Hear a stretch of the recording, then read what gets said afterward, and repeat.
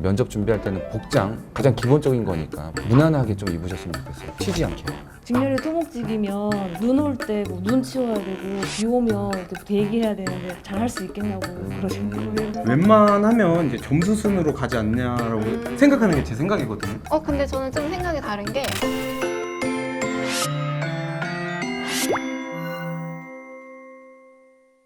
면접 당일날 작년 기억나? 아주 생생하게 기억나죠. 그럼 그때 뭐 입었어? 그날 그냥 정장 입었어요. 공고문에는 자율복장이라고 돼 있었거든요. 아무도 자유롭게 안 입던데. 그럼 자유롭게 입었다가 자유롭게 나가는 거야. 그쵸. 당연히 격식 차린 복장으로 네. 깔끔하게. 튀지 않는 게 중요한 그렇지. 것 같아요. 일단 불편해요. 그 안 입던 셔츠에 넥타이까지 한다는 게. 뭐 수험생들 맨날 티셔츠 입고 추리닝 입고 슬리퍼 질질 끌고 막 그러잖아요. 당일날 이게 입는다는 게 굉장히 이게 숨이 안 쉬어져요. 면접 준비하실 때도 정장 입고 한번 해보시는 것도 꼭 추천을 해드리고요. 머리색도 뭐 염색하고 있다면 갈색 뭐 이런 건 괜찮지만 빨간색 당연히 안 되는 거 아시죠, 여러분? 면접 준비할 때는 복장 가장 기본적인 거니까 무난하게 좀 입으셨으면 좋겠어요. 튀지 않게. 그날을 한번 생생하게 한번. 강당에 모여서 면접 대기자들이 쭉 앉아 있는데 대기 중에는 뭘 볼 수가 없잖아요. 다 집어넣으라고 하시거든요. 그렇지. 머릿속으로 계속 시뮬레이션을 하면서 기다렸어요. 5분 스피치를 준비하러 다른 곳으로 갔는데 주제문을 보자마자 머리가 너무 하얘지는 거예요. 주제가 도덕적 딜레마에 빠진 경험과 이를 어떤 도덕적 원칙을 기준으로 해결할 것인지. 질문 너무 어려워. 너무 어렵죠. 도덕적 딜레마. 5분 스피치에서 이미 망했다 생각이 들어가지고 긴장을 막 하고 있었어요. 단골 질문이 있거든요. 가장 중요하게 생각하는 공직관이 무엇이냐. 3가지를 말하고 이유를 말하래요. 그 3가지를 뭐라고 했는지 기억나? 청렴성, 전문성. 하나가 기억이 안 나요. 뭐에 대해서 얘기를 했어? 제일 자신 있는 거 전문성이라고 했어요. 왜냐면 전문성. 저는 시험 끝나고도 자격증 준비를 했었기 때문에 이런 공부를 하고 있고 관련 책도 읽고 있다 이렇게 덧붙였더니 OMR 평정표 있잖아요. 상중하가 있거든요. 상에다 딱 체크하는 게 보인 거예요. 봤어? 봤어.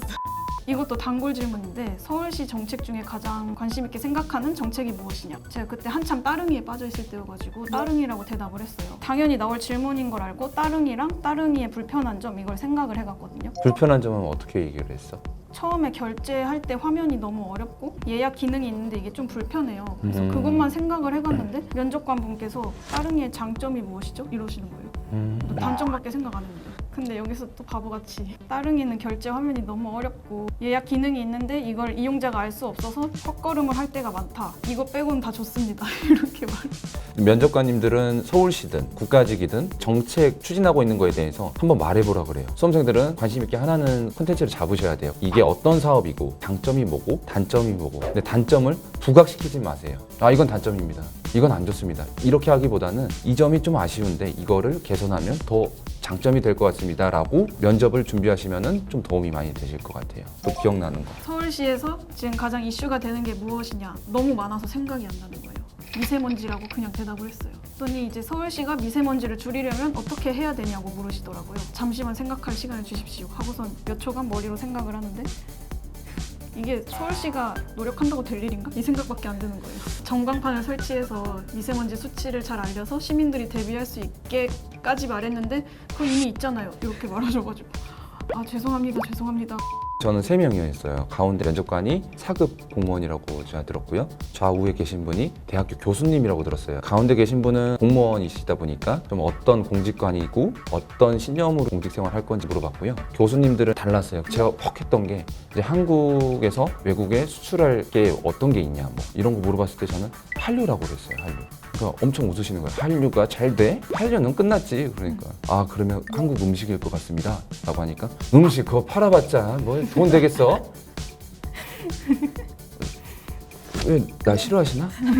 근데 그때 그냥 웃으면서 넘겼던 것 같아요. 결국에는 BTS 덕분에 한류 문화도 더 잘 됐잖아요. 그 면접관 분들이 정답을 요구하시는 게 아니고 돌발 질문했을 때 어떻게 대처하나 그런 걸 되게 많이 해요. 스터디 준비하실 때 그런 걸 준비를 많이 해보세요. 어떤 질문 받으셨어요? 전공 질문도 꽤 한 것 같아요.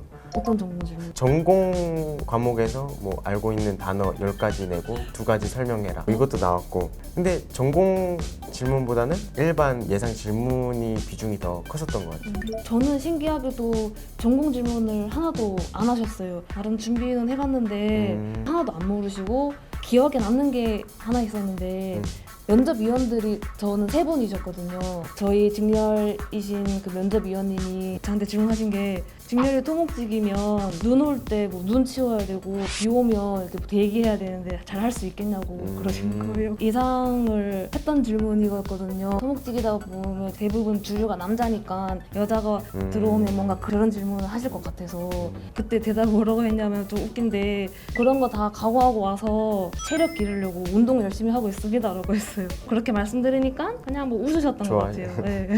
근데 뭔가 좀 패기 있는 답변이었던 것 같아요. 아, 네, 뭔가 그때 되게 팩이 있었어요. 그리고 또 팩이 있었던 게 뭐냐면 제가 그때 왜 그랬는지 모르겠는데 마무리한 시기에 서울시에서 근무하고 있는 토목직 선배들이 뭐 어떤 일을 하고 있는지 부서를 다 찾아봤습니다. 뭐 어디 과 무슨 본부 저도 뭐 꼭 그런 곳에서 열심히 일하고 싶습니다라고 관련 부서를 쭉 막 읊었어요. 지금은 그 관련 부서가 제가 뭐라고 했는지 기억도 안 나고 희미한 기억 속에 다 틀린 것 같아요. 저는 딱 그 두 가지가 기억에 남아요. 물론 그때 면접위원분들의 성향에 따라 다르겠지만 제가 그렇게 말하니까 그냥 다들 웃으시고 좋게 봐주신 것 같아요. 근데 또 면접위원분들이 그분이 아니고 딴 분이시면 또 쟤 뭐야? 라고 하실 수도 있을 것 같고 면접 때 패기 있는 행동은 면접위원분들이 어떤 분이냐에 따라 다르니까 알아서 잘 조절하시기 바랍니다. 이제 서울시에 와서는 이제 제대로 그럼 준비를 한 거예요? 한 번의 실패 경험이 있으니까 아 이러면 진짜 난 망하겠다. 엄청 더 열심히 준비했어요. 이상 질문이랑 답변을 만들고 그 답변을 아예 네. 달달 외웠어요. 떡 찌르면은 그냥 아예 슬슬 나오는 정도? 말 잘하는 척. 그 연기를 했죠. 예상 질문들이 되게 많잖아요. 맞아요. 그거에 대해서 다 준비를 한 거예요? 어쩔 수 없었어요. 저는 너무 못해가지고. 근데 저는 좀 당황스러웠던 게 뭐냐면 주민센터의 공무원이다. 어떤 할머니가 쓰레기를 무단 투기를 했는데 돈이 없는 그런 할머니다. 그 상황을 너는 공무원으로서 어떻게 할래라는 질문 알아요? 기억나요? 네네 알아요. 답변 뭐 되게 다 흔하잖아요. 모금함을 만들어서 맞아. 그래서 막 도와준다 막 이런 거 봤잖아요. 맞아요. 그거를 얘기를 했어요. 네. 근데 그거 말고 너 생각 이렇게 얘기를 하는 거예요. 그건 예상이 없던 건데 그죠? 모르면 모르겠다고 하는 게 저는 맞다고 생각을 해서 그래서 모르겠다고 했어요? 모르겠다고 한 것 같아요. 그때 떨어진 거예요? 그때 붙고 그 전년도에 떨어졌는데 떨어질 당시 준비했던 대로 그 FM대로 그대로 얘기를 했는데 너무 허무한 거예요. 나오자마자 이걸로 도대체 나를 어떻게 평가를 한다는 거지? 이런 생각부터 들더라고요. 그대로 떨어졌어요. 실수한 거는 없었고 그냥 잘 했는데 그냥 떨어진 거예요. 그렇죠. 그래서 이제 제가 느낀 건데 공무원 면접이라는 게 공무원 조직에 적응할 수 있느냐, 적응을 못하느냐를 구분하는 것 같아서 웬만하면 이제 점수 순으로 가지 않냐라고 생각하는 게 제 생각이거든요. 근데 저는 좀 생각이 다른 게 국가직 면접을 봤을 때는 그래도 어느 정도 면접에 영향이 있었던 것 같은 게 공무원 카페 같은 데 보면은 점수가 높았는데도 떨어졌다고 막 그런 얘기가 나오더라고요. 근데 저는 어차피 뭐 떨어질 점수였으니까 떨어졌는데 뭐 그런 거 보면은 영향이 있지 않나 싶기도 해요. 근데 확실히 서울시는 인원을 많이 뽑기도 하고 중복 합격자들이 많이 있어서 실제로 면접에 오는 사람들이 별로 없단 말이에요. 그래서 성적 순으로 이제 배열이 되는 것 같다. 네, 근데 면접 스터디를 하다 보면 진짜 스터디만 준비했으면 좋겠어요. 거기 안에서도 핑크빛 기류가 막 발생합니다. 서로 막 눈빛이 다르죠. 꼭 누가 붙고 누구는 안 붙어서 헤어지는 경우도 봤거든요. 여러분 참아보세요. 면접할 때는 좀만 참아보세요. 인재개발원 가면 아주 그냥 동물의 왕국입니다.